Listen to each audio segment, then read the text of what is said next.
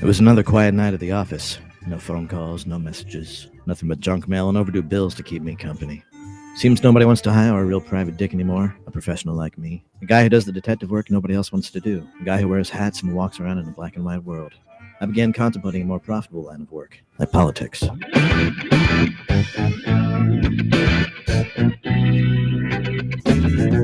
are the show you want to know. It's time to talk to you.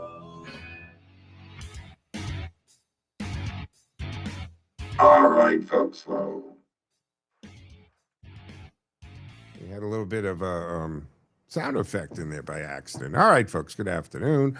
Welcome to the Thursday edition of the Joe Mangiacotti Show on AM 830 WCRN, where you can join the conversation for the next hour at 508-871-7000. That's 508-871-7000. I am live today, not Memoric. Sorry for the replays earlier in the week. Sometimes that needs to happen. Don't forget our text line. Also at 617-297-8388, 617-297-8388. That'll get you into the text here on a big screen, text like anybody else. And we try to work it into the conversation. And the station does stream 24/7 to the TuneIn app. So that's a great feature. If you put that TuneIn app on your phone or device, you can take the station anywhere because we stream like thousands of other stations do. And I do stream it on the station's Facebook page, YouTube channel, as well as my social media platforms at Joe Mangi Show.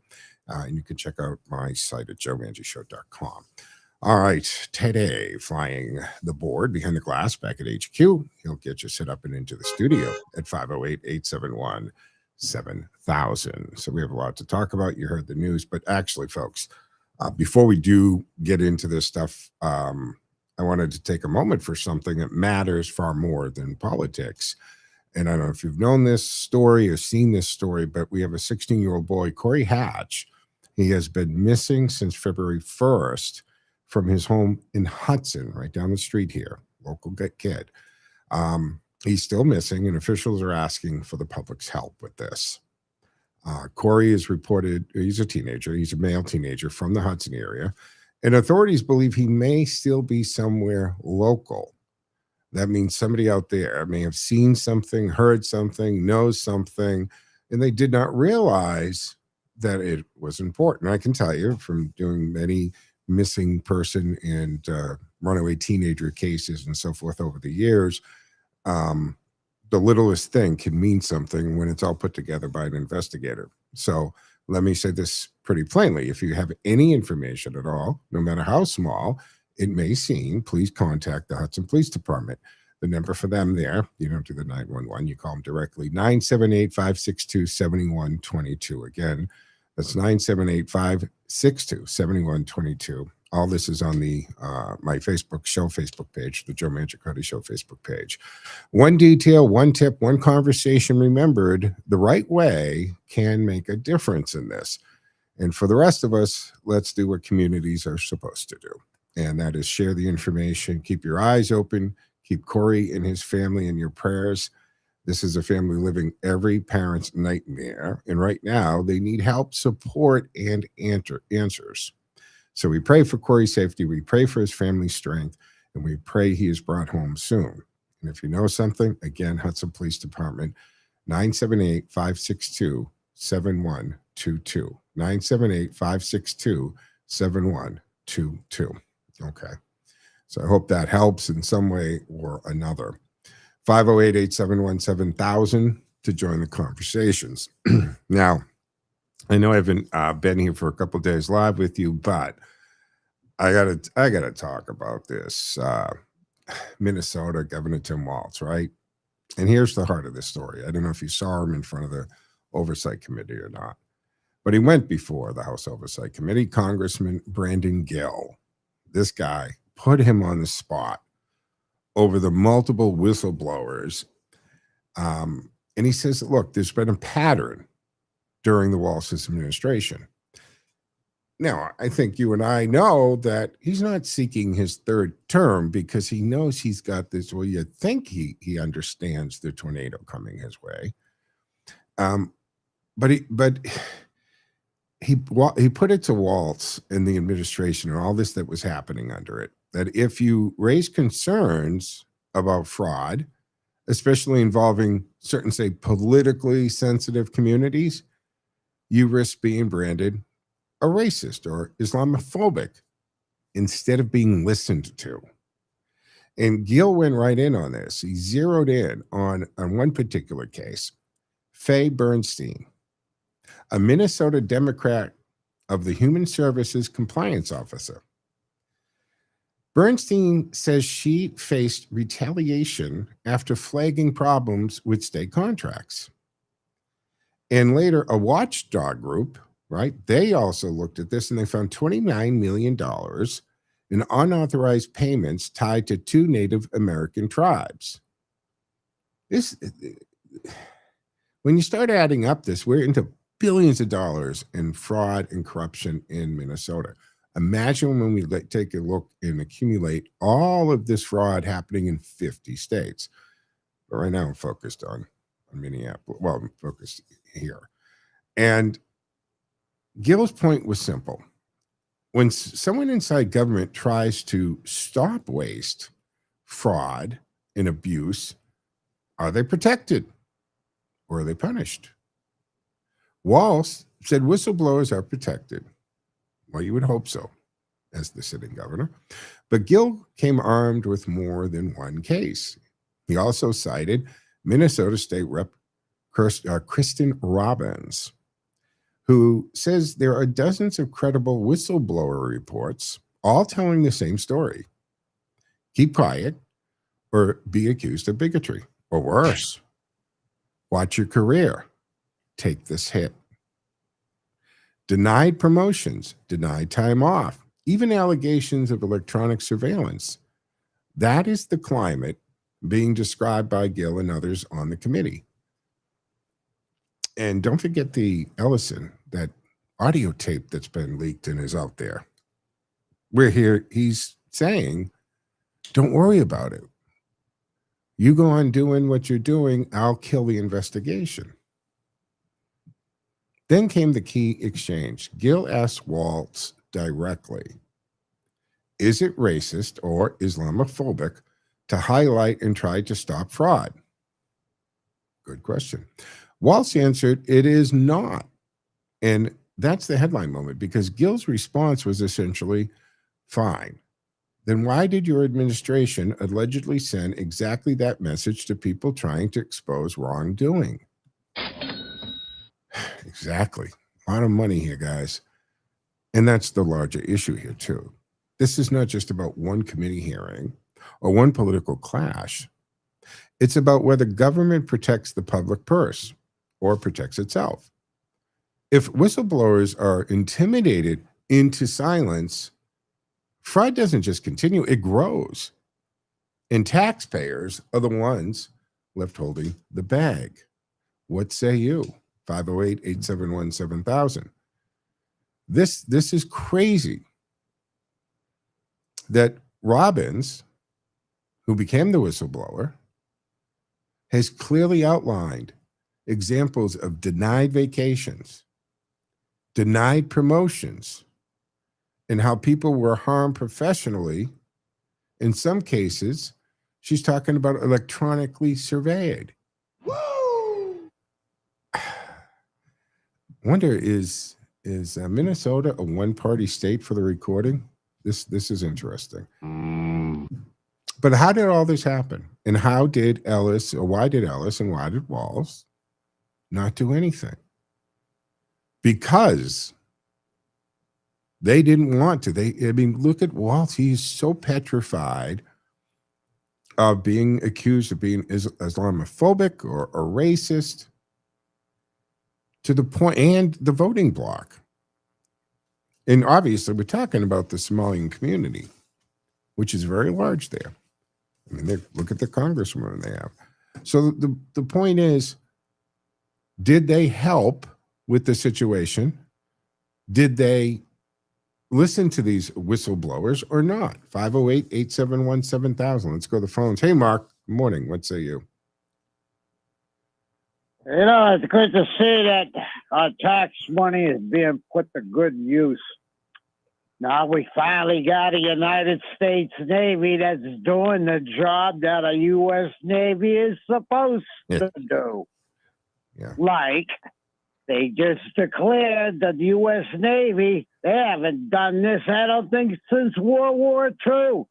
They said they're going to secure. You know what that term means, the military, secure the Straits of Hormuz for all commerce. That includes oil tankers. And they're going to do it by force if necessary. So what they're saying is they're going to set up a blockade to prevent the blockade. You haven't seen that done since World War II. And the second thing you haven't seen done since World War II is a United States submarine fire or a torpedo into an opposing ship of war and sink it. You haven't seen that since World War II either. These are good changes, and I'm very happy to see them, and I'm happy with the job that Donald J. Trump is doing.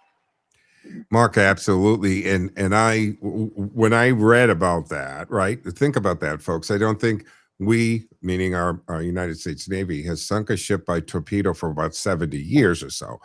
And prior to the other day, Mark, what, maybe 6, 7 people were still alive that were ever on a submarine that sunk a ship. Now we've got a whole new crew that are going to be peacocking here and being able to brag the fact that they actually used a torpedo. And have we thought about torpedoes? Can I make a little injection there? I'm like the guys in World War II, and I want everybody to think about it, who served in the United States Navy submarine service. A lot of them didn't come home. An extraordinary number of them didn't survive the war. But I'm glad this crew 2 days ago did survive their mission. And a lot of the guys in World War II, you look at the numbers, the casualty numbers for the submarine service in World War II, off the charts. Absolutely. Off the charts. It is. It was a very, I want people to think about that too. Have a good one, my man. Thank you, Mark. All right, we do have to take our first break here on the Thursday edition of the Joe Mangiacotti Show at AM 830 WCRN 508-871-7000. We'll be back in 2 minutes, 15 seconds, folks. Stay with us.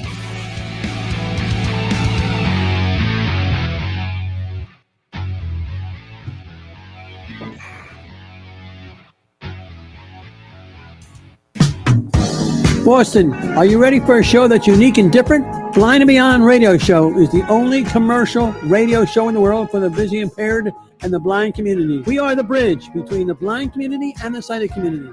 This show is sponsored by Carroll Center for the Blind in Newton, Mass. Fun, informative, educational, with trivia prizes every Sunday night. Blind and Beyond Radio Show every Sunday night, 7 to 9 p.m. on WCRN 830 a.m. This is Jerry Doherty, host of Making Money Last, right here on WCRN. Like all business owners, I'm interested in why people choose to work with Boston Independence Group. So I asked my clients. The most common response, Jerry does not try to be all things to all people. Boston Independence Group is specialized, focused solely on retirement planning. My customers enjoy the difference. We do one thing, and we do it exceptionally well. Help other people live better in retirement. That's it. If you're ready to retire or making plans to retire, we can do for you what we've done for hundreds of other retirees throughout New England. Live better in retirement. Just give me a call. I'll show you how. My toll-free number is 877-772-1776. Again, that number is 877-772-1776. And you can visit us on the web at bostonindependencegroup.com. bostonindependencegroup.com. Hi, I'm Lee Gaudette of the Gaudette Insurance Agency, a third-generation family business based in Whitensville with branch office locations in Grafton, Shrewsbury, Westboro, and Southborough. We are a full-service independent agency offering all aspects of insurance to businesses, families, and individuals. We are in the peace of mind business. Call, click, or come in to see us at any of our locations for a free assessment of your insurance needs. Also, listen to Radio Central WCRN every Friday morning at 9:30 for the Gaudette Insurance Show.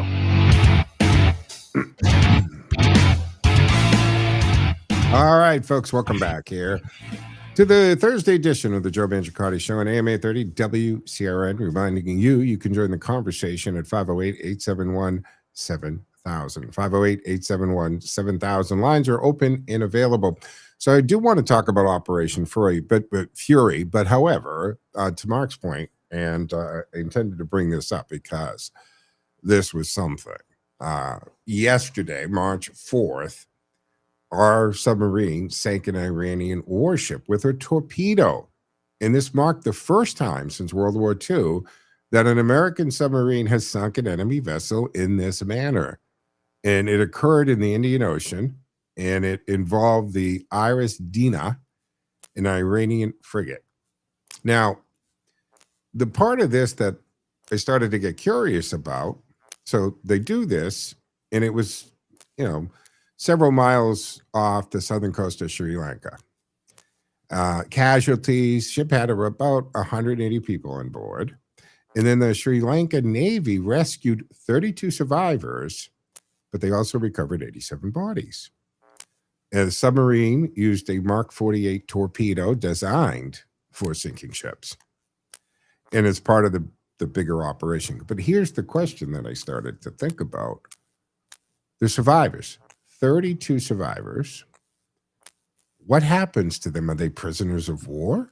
Does the Sri Lanka Navy take custody of them? Do they get them back home? I mean, what happens? Because we're not officially in a war.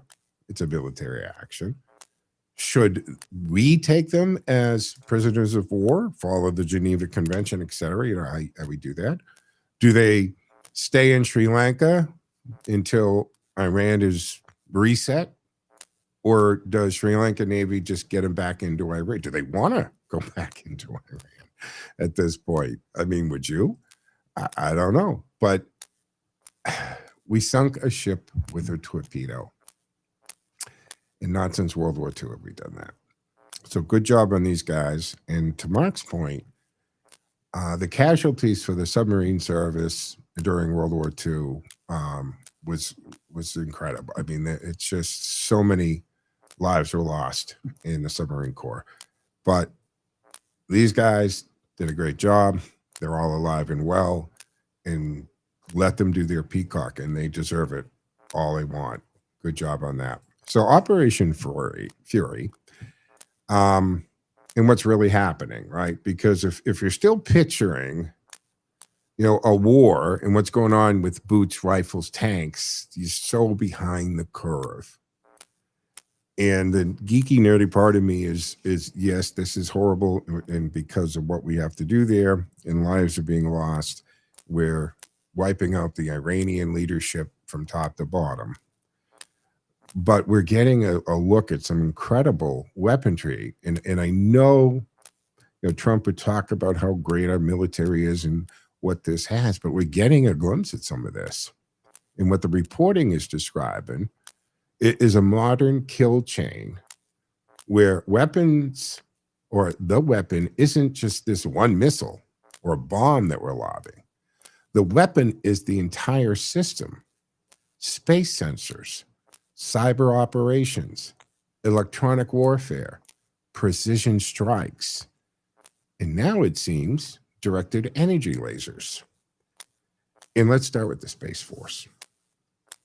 And I'm glad we have a Space Force. I had actually wondered for a lot of years, when are we going to, how are we going to do this? Does the Air Force become the Space Force? And we do away with the word Air Force and it's one thing? Or do we get the Space Corps? Or what? We got the Space Force, thanks to Trump.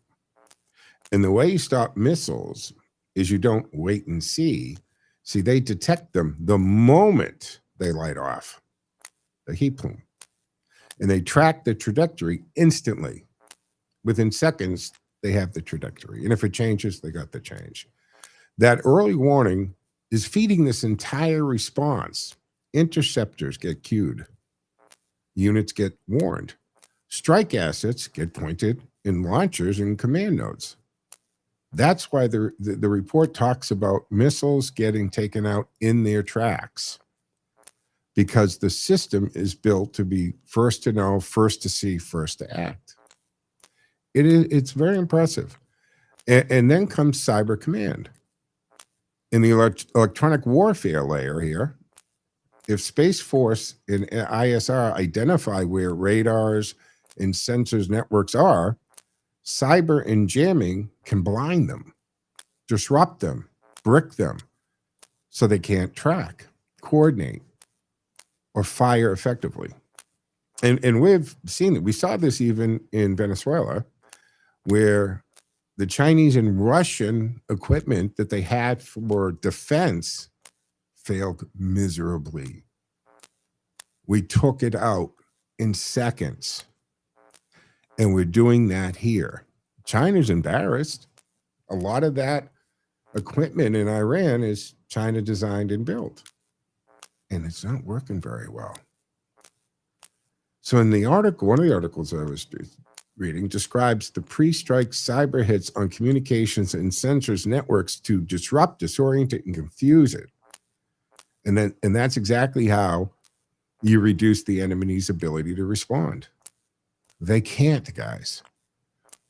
They can't. We are messing them up.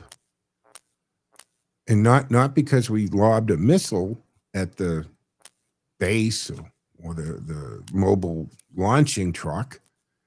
It's this layered response using Space Force and Cyber Command. And then the lasers. And you can go watch the video. There's video online. And you can watch in the video. And I think it's a Navy destroyer running what they call Helios. And that is their like iron beam type laser activity. And they've been using it on the Israeli-Lebanon front. And here's the key. Neither side is officially confirming combat laser use, but the point isn't the mean value, it's the economics of it. See, a missile interceptor can cost a fortune per shot, but a laser, if it's working, changes the cost per kill equation dramatically. Because it's an energy directed weapon. You just need power. And as long as you've got a power plant that can continually generate the power, you have endless rounds, I guess is the best comparison to that. So a real headline is America's advantage is integration. Space detects, cyber disrupts, EW jams, precision strike destroys. And if lasers are in the stack, they're the new layer that makes swarms of cheap drones and rockets a lot less attractive for them. That's what next gen war looks like. Not a single super weapon, a tight layered system that makes the other guy's gear fail before it ever reaches the target. And if we look at some of the reports, right, coming out of Venezuela's operation, you had those that made it out of there on the other side talking about the noise and they were disoriented and literally blood coming from their nose and eyes, and they couldn't stand. So we were using some kind of sound weapon, apparently, on top of the energy directed weapons that knock out the defenses. So when you think back about the times, and you can tell, right? You can absolutely tell when Trump is talking, he wants to tell us so much more, but he can't. He can't. It would be classified. He can't say it. But he just says, we have such a power. We get things you've never seen. He can't tell you what it is. He wants to. You can tell he wants to. but he can't. But now we're seeing kind of an example of what he was talking about, right? So what say you? 508-871-7000. Nanny state versus national defense angle here. Do you trust Washington with more power in the name of safety, even when it's national security? Worry about tech becomes domestic overreach someday? No. Has the military ever turned their missiles on us? No. This stuff is being designed for our defense. And back in 2019, right, people mocked the Space Force after hearing how early warning and tracking works. Do you still think that's a joke, or does this prove the concept? Well, I remember the whole thing in the 80s. I was a young guy starting in the news business on radio, and the Star Wars, right? Reagan Star Wars.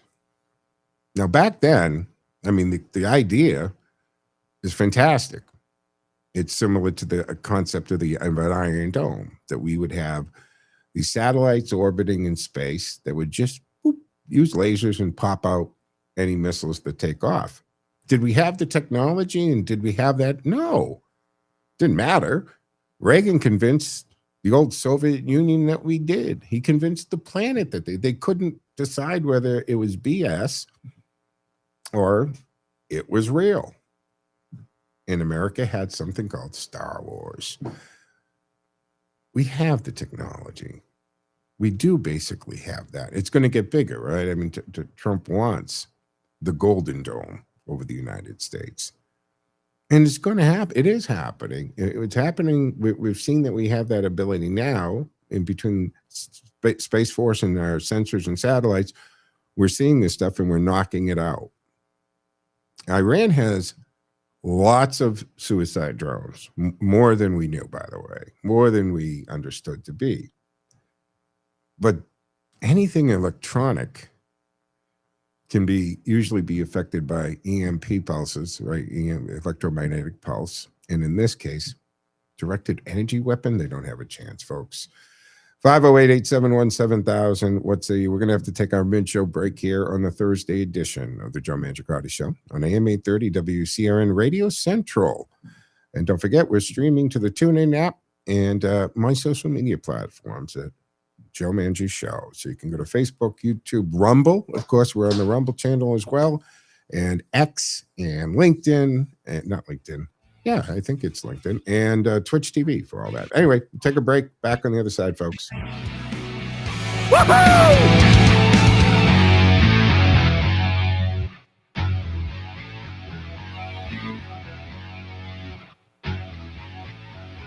Time now for the forecast from the Boston Independence Group Weather Center. Call Jerry Doherty today at 877-772-1776. Retirement is within reach. I'm Chief Meteorologist Sherry Spear, and here's the latest Boston 25 weather on Radio 830 WCRN. What starts as a little bit of drizzle this afternoon is going to turn heavier and steadier later this evening and tonight. It's mostly plain rain in southeastern Mass, but the greater Worcester area is actually looking at a good amount of glaze and freezing rain with a little snow and sleet mixing in. So the main concern in the Worcester area is actually going to be icy roads. North of the Pike, we're going to see a little more snow and sleet, about 1 to 3 inches of accumulation expected, maybe a little bit more on the North Shore and the seacoast of New Hampshire. But we've got everything in the forecast from snow and ice up north to icy and wet weather in the Worcester area to just plain showers in southeastern Mass. And that is a forecast through tomorrow morning. I'm meteorologist Sherry Spear, and you can hear Boston 25 live for the morning drive weekdays on AM 830 WCRN. Daylight savings time starts this Sunday at 2 a.m. It may be best to set the clock ahead 1 hour before going to bed Saturday night. We lose an hour in the process, so rest up. Bad decisions limit future options. Make enough bad decisions and you will destroy your life. Listen to The Float Line with your host, Rick Hughes, every Sunday morning at 9 a.m. here on AM 830 WCRN. The Float Line describes a main line of resistance in your soul built on God's Word. Join us every Sunday for 30 minutes of inspiration, motivation, education, all without manipulation. That's The Float Line with Rick Hughes, heard here on AM 830 WCRN every Sunday at 9 a.m. Nationally recognized surgeon Dr. Terry Dubrow responds to our health crisis, creating the next level hand sanitizer. Persistence is something next level. It's based on what we use in the operating room. It gives you up to 4 hours of additional killing power. A hand sanitizer with a surgeon's level of protection. Available now at drpersist.com. That's drpersist.com.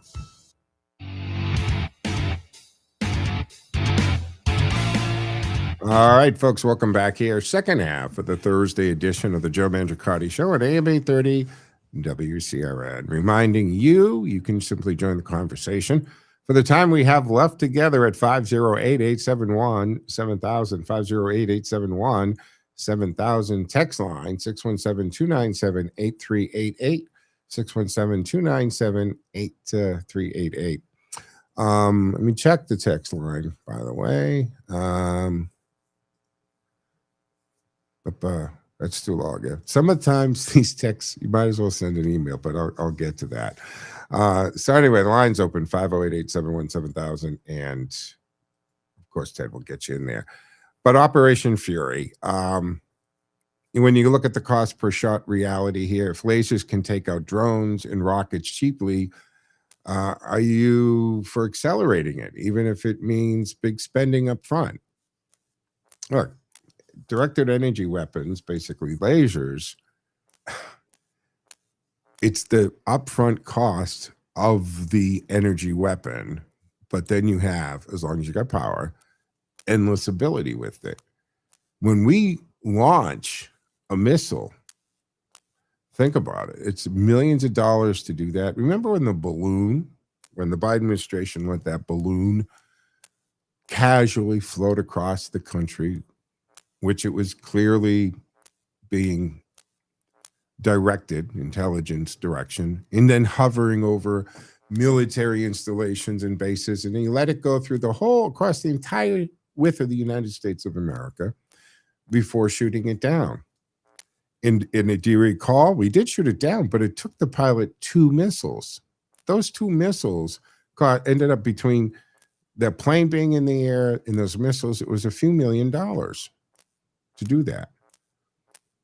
But imagine if, as it entered United States airspace off the coast of Alaska, we just shot a laser and done. I think it's great.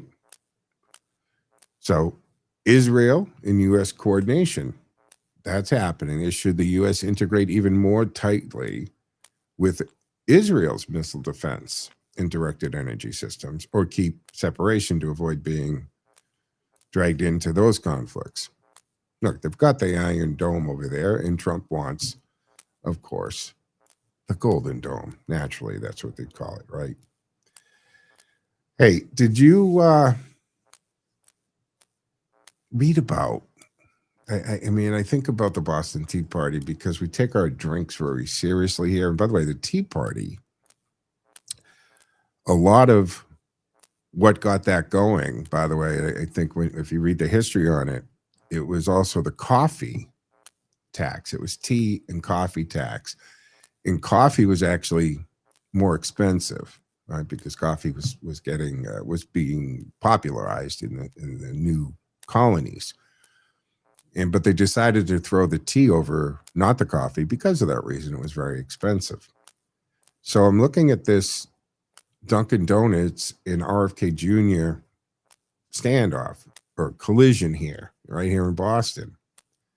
Let's try to translate what happened in plain English. RFK Jr. picked a fight with Dunkin'. Dunkin', a Massachusetts-based, originated in Massachusetts. It's been sold several times. It's a multi-billion-dollar corporation, and it's nothing like the first Dunkins that they were. And I think the first Dunkin', I think you can still go to it in Quincy. But we still think of it, even though it's been owned by French conglomerates and changed hands a couple times, we still have pride in Dunkin' Donuts. And yes, I know that they dropped the donuts and moved it to just Dunkin'. Got all that. But it's still our origin here in Massachusetts. So that's like walking to Fenway and trashing the cream monster, right? You don't do this. So Health and Human Services Secretary RFK Jr. says he wants Dunkin and Starbucks to show the safety data, proving it's okay for a teenage girl to drink an iced coffee with 115 grams of sugar. I don't know why they specifically are talking girl. Is it okay for a teenage boy too? But nonetheless, for some reason, Health and Human Services focused in on a teenage girl drinking 115 grams of sugar. And he said, RFK, at a rally in Austin, Texas, and he didn't stop there. He basically signaled, I don't think they'll be able to prove it. I don't know what got him focused on this, but let's be honest. This is the Trump administration's broader clean up America's diet, right? Make America healthy again push that we see. And Kennedy is clearly aiming at ingredients and products he thinks are doing damage. And the thing is, a lot of parents, a lot of moms are on board with a lot of this. They're very concerned, or they should be concerned, with what they're putting in their child. And I know that people, including some of my sisters, who won't buy when my great nieces and when my nieces and nephews are growing up, now great nieces and nephews, they won't do the McDonald's. They won't do the processed food, because on the simple fact is something so cheap, even still cheap by today's standards. Although I know McDonald's is ridiculous, right? You go in there for a meal, you're like $20 for a burger and fry and a Coke. But anyway, they wouldn't even feed them because of the idea that something like that, a hamburger at that price and so forth, can't be good for you. And we know that. How many people have done that, right? Put the McDonald's hamburger on a shelf, not refrigerated, leave it alone, come back in 2 years. It's basically the same thing. Nothing's changed. One of my sisters, when my nieces and nephews were small, her choice to take them out to eat used to be the hospital. Take them to the cafeteria at the hospital. It was always clean, the food was good, and it was relatively inexpensive compared to going to a restaurant. I would have never thought of something like that. So this is part of Make America Healthy Again. But he shows Dunkin as the example, and the reaction in New England was immediate and predictable. And people heard health standards and translated it as they're coming for your dunks. Even Maura Haley has weighed in, who decided this was her Alamo and posted a cheeky come and take it image. They shared it. Except instead of the traditional canon, it was Dunkin' iced coffee. The internet did what it always does, right? All the memes have exploded on this. Folks joked about the Boston Tea Parties. They even did this remix of Don't Tread on Me into Donut Tread on Me instead of Don't. So what do you think here? Here's the key point, right? Kennedy didn't actually lay out a clear enforcement plan. The article that I read on this admits the full scoop is unclear, but he's hinting at a bigger crackdown. If companies can't prove the ingredients are safe, he wants them off the market. That's the underlying policy fight here. But we've also seen just the idea of this, that companies, major big companies, have voluntarily before, and this is usually a pretty good strategy for the company, right? When the federal government starts looking at something, preemptively try to correct it so they don't come and start laying fines and rules and stuff on you. It's easier to just kind of take it away first, so that you see them stop with certain red dyes and yellow dyes. And I've always asked, and whether you knew this or not, guys, right? We have all kinds of products out there that are sold, say, here in the United States, and it's also sold in Europe. And whether I'm talking not just Great Britain, but France, Germany, they're sold in other parts of the world in Western countries or westernized countries, but they're different ingredients because, say, London or England won't allow certain chemicals and dyes and stuff. So they've been figuring out how to make it healthier to sell over there, but they give the poison stuff to us here in America. And a lot of these companies, when RFK got in and he started talking about this, they got ahead of it. And they stopped the dyes and they started using the same type of formulas that they were using in Europe. And by the way, it's not just 115 grams. People pointed out Dunkin's has items like the triple mocha frozen coffee that can hit 165 grams of sugar in a large. So this isn't just a culture war food fight. It's a real debate about what we've normalized as coffee. Now, I take my coffee seriously, and I don't do these mocha frozen calves, and I never go to Starbucks because it's a thing to order there. And what they call large and how they repeat, it's not worth it. I like just coffee. I mean, I own a coffee company, so yes, I take my coffee seriously. And I have multiple ways to drink or make the coffee in my kitchen. I mean, if you didn't already know, I owned a coffee company. When you walked in, you could figure it out. I've got the cappuccino machines and the French presses and the pour over stuff. But I like just the coffee, not all this stuff and not all this sugar. And when I do use sugar, it's always the raw sugar, not the processed white sugar. And so this, where's it going to go? But if they publish it and you know it, should the government prevent it? I didn't like when, what's his face? Well, who's the mayor in New York that took the 64-ounce cups away and slushies and stuff like that? I think we should have our choices, but the company should have to absolutely tell us what we're really on. Is this public health accountability or nanny state intrusion dressed up as science? You tell me, 508-871-7000.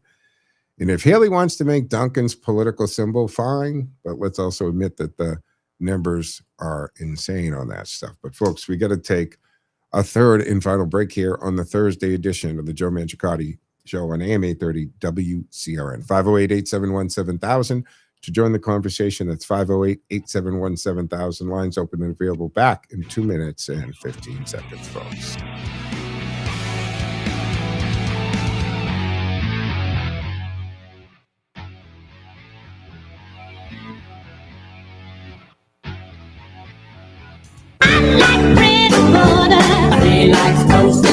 Life is busy and mealtime shouldn't be a burden. Heart to Home Meals makes it easy to stock your freezer with delicious chef-prepared meals designed with seniors in mind. Choose from over 150 options, including hearty favorites and lighter choices. Then simply heat and enjoy when you're ready. No subscription, no minimum order, no hidden fees, and delivery is always free, brought right to your door by local drivers. Heart to Home Meals, more time enjoying life, less time worrying about dinner. Perner Logging and Land Clearing. Fully equipped with state-of-the-art equipment to handle all of your lot and land clearing needs, whether it's 1 acre or 100. They regularly service customers in the local area and will travel to neighboring communities and beyond to get the job done. Now, whether you're doing new construction, renovations, or clearing land for a new development, the Perner Logging and Land Clearing team of experienced personnel makes small or large jobs run efficiently, giving them the ability to always keep the competitive edge. They'll quote your job from something small to hundreds of acres, factoring in all aspects, including the wood salvage value, if any. In addition, they have the right equipment for each size job, making for the most efficient job site possible. For every job, Perner Logging and Land Clearing make sure the client's goals are the main objective. Call Perner Logging and Land Clearing today for a free estimate, 978-270-9916. That's 978-270-9916. Dr. Satya Mitra has journeyed from a childhood of poverty and homelessness to a successful career as a financial advisor, motivational speaker, and community leader. Now inspired by his guru, he uses his experiences to positively affect the lives of underprivileged people. We strive to house our blindness, poverty, homelessness, female empowerment, and good citizenship initiatives within the Joy Guru Humanitarian Center. If you wish to contribute or know deserving persons or initiatives that could use our assistance, please contact us at 508-641-8441.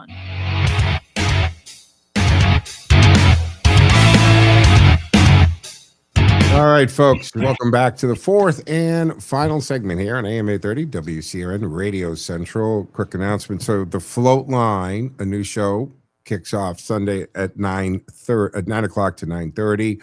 But the Peter Bluth Show does pick up at 9:30 to noon. And on this particular Sunday, Peter's still out, but Tom Donaldson from the Donaldson Files and also senior fellow at the Frontiers of Freedom Institute will be guest hosting for Peter Bluth. So he'll pick it up at 9:30 to noon on Sunday.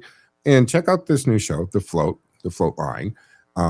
It's going to be a great new show, and we welcome it. And don't forget our other new show that's been on for several weeks now, Blind and Beyond, 7 to 9 on Sunday nights. So these are great program changes to our programming, and we're excited about it. So check this stuff out. And of course, we also welcome Heart to Home Meals, who's been doing this great job. They'll be on, they'll be on with Hank. They'll be on with me. I know they've been on Handle and Change. That's also a great program. 508-871-7000 to join the conversation. Let's go to the phones. Ken's waiting patiently. Hey, Ken, what say you?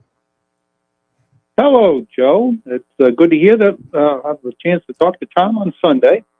Nice. But I have to say, the future's so bright, I got to wear shades.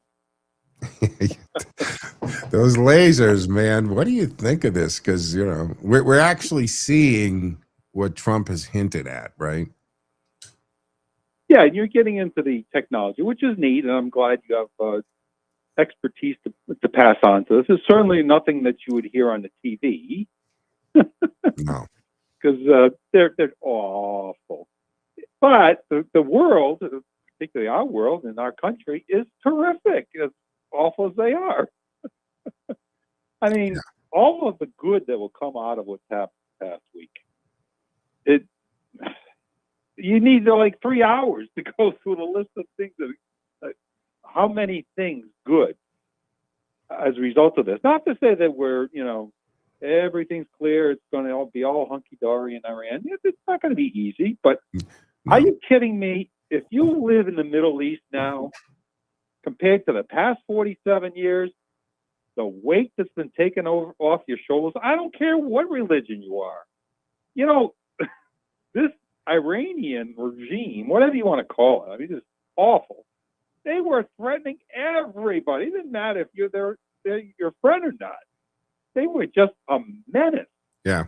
Good riddance. The bad. Well, I think I likened it, and I don't remember if it was on the show or it was on the weekly report or something, but I mean, when you corner an animal, right, they're desperate. I mean, that's when they're the most dangerous because they have nothing to lose. And you're looking at this, and I know that, if you're in a bar fight and a couple guys are pummeling on you, it's not a good idea to start slapping everyone else in the bar. And this is what Iran has done. They've just lobbed suicide drones at the Cafe Hotel in Dubai. What are you doing? What are you doing? And what's the number? I don't know, we had 40, 50 of basically the next in line type people have gone. And did you hear Trump the other day? He's like the guy he had in mind that would probably be able, that would be able to work with and would be a decent leader, but he got killed. So got to figure it out to someone else. If you're named the Ayatollah or whatever they call I guess it's supreme leader, what do you think your life expectancy is right now? 18 minutes? Shorter and shorter. Here's the thing. I know, I mean, within the day of this breaking out and we struck them, the members of Congress, Democrats, or people talking heads on the left were telling our military that they're going to fail up front. Hakeem Jeffries came right out and said it. And they're saying that every chance they get. Absolutely. Look, don't demoralize our military that way and tell them that they're going to fail before they start and all of that. And this is not. Again, I go back to this, Ken. I think Donald Trump deserves the benefit of the doubt in this. He's resolved 8 or is it 9 conflicts around the globe. His issue is he doesn't want people dying on either side. I mean, the enemy needs to die if that's the case. But when he talks about Ukraine and Russia, he doesn't care if it's Russian soldiers or Ukrainian soldiers or citizens. He just wants the killing to stop. So I don't think, and again, I think we got to give him the benefit of the doubt based on his track record in the 2 terms and what he had to say in the off term. This is targeted. It's going to be as long as it takes to do it. And it's not going to be years. We're not going to be still talking about the Iran war in 20 years. We've already seen, Ken, an incredible decrease in their ability in how much they're throwing at us or throwing at everybody. The number of missiles and drones, even though they have a lot of them, their ability to launch them has been seriously affected. So the percentage of weaponry that they've been able to send out has dropped drastically, and it's still dropping. And shortly, we're going to get to the point where they don't have anything else to fight with, and they certainly don't, and they don't have any where to launch it from because we've destroyed it, and they've alienated everybody. Russia, China is like, no, we're not stepping in, and plus we've embarrassed China by absolutely destroying the defensive systems that Iran used from China. Nobody, right? But the oil situation, we're going to control the strait, and we're going to make sure. And remember, China got a lot of that oil. So when 50% of Venezuelan oil used to go to China, 80% of Iran's used to go to China. That's stopping. China's in a tough situation now. Nobody's coming to Iran's aid to resupply them, Ken. Oh, no ifs, ands, or buts. But here's the bigger story that you were kind of alluding to, but let me put it right out there. Oh, we know what the next big ending of war will be, don't we? The one that's been most in the news the last 4 years? Ukraine and Russia. Mm-hmm. But guess what? Guess who was supplying Russia most of their drones? Yep. Iran. Yep. Now what are they going to do? And guess what? Russia just signaled that they're open to the security conditions proposed by the U.S. All of a sudden, Russia has become manageable at the negotiations. Have you noticed this, or did you see this article? Oh, I follow shows on the internet where, like literally what's the border of, what Russia controls in Ukraine shows. Guess what? The last couple of weeks, it's moving in the other direction. In other words, Ukraine is gaining back some of their territory. They even had a picture of a old man. He had to be well into his 80s, and he's hugging the Ukrainian soldiers. He couldn't have been happier. And, let's just celebrate all over the world and let the left be born. Oh, that's too bad. Yeah. I got to tell you, I mean, I'm impressed with our new warfare. I mean, I understood this was going on. I was very happy when Trump created the Space Force. I thought it was long overdue. I thought that we were going to see some kind of, okay, for the Trekkies out there, right? You know how they talk about that they did away, in the future, they did away with the Navy and the Air Force to make Starfleet and all this. But I thought we were going to, at some point, before Trump made the Space Force, I thought maybe the Air Force becomes the Space Force, and that covers everything. But no, he created another military, which hasn't been done since 1947, when we created the Air Force. The Air Force was the Army Air Corps initially. And when we created the Air Force, the Army just said, okay, if you name, A to M is Army, right? And N to Z is now Air Force, basically, is what they did. And we kind of did that with Space Force, right? We took a lot of Air Force people and created it. I thought it was great, Ken. And we're seeing just incredible technology here. And hopefully that gives pause to some people who would normally maybe pick a fight with the United States. Not the time for them to do it. Maybe not the time for many, many years. That's what I love about this. It sends a signal to the whole world, okay, there's a king of the mountain and nobody's close. You don't want to mess with us. One of the things I'm curious, I think you've described this whole noise technology. Now, I believe that was applied in Venezuela, right? Yeah. So you're telling me it was applied to Iran too? Have I got that right? I'm not saying that. I don't know if the noise. See, we go back to the Havana issue. Do you know the history of that? You know, because that was something that was used on our embassy and on our people. Yeah. I think we've just taken that technology and has brought it to the next level. Just like Iran was doing a great job with these killer drone things, right? We actually captured one of them. I mean, I don't know if that's the right word when you capture a drone. We just recovered one, and it's a great piece of machinery, but we just redesigned it, upped it, and now we have squadrons of suicide drones. So, and all this weaponry, by the way, exactly. And the stuff, Ken, I was talking about, when we fire this stuff, it is not like the old days where, I mean, these things track and are watching it and totally can change course, including 180 degrees to go after their target. So once we lock on this stuff, it's a series of the satellite watching it and cyber detecting it. And when we launch these things, you can't get away from them. They just follow you. They're that intelligent. The AI is taking over. All of the systems are working integrated to each other. That's what I mean when I talk about the layered systems. And when it's been decided to fire upon you, it's already over. That's the way it works. Against the clock, Ken, final thought? I wonder what their words are for OF. In Arabic, Farsi.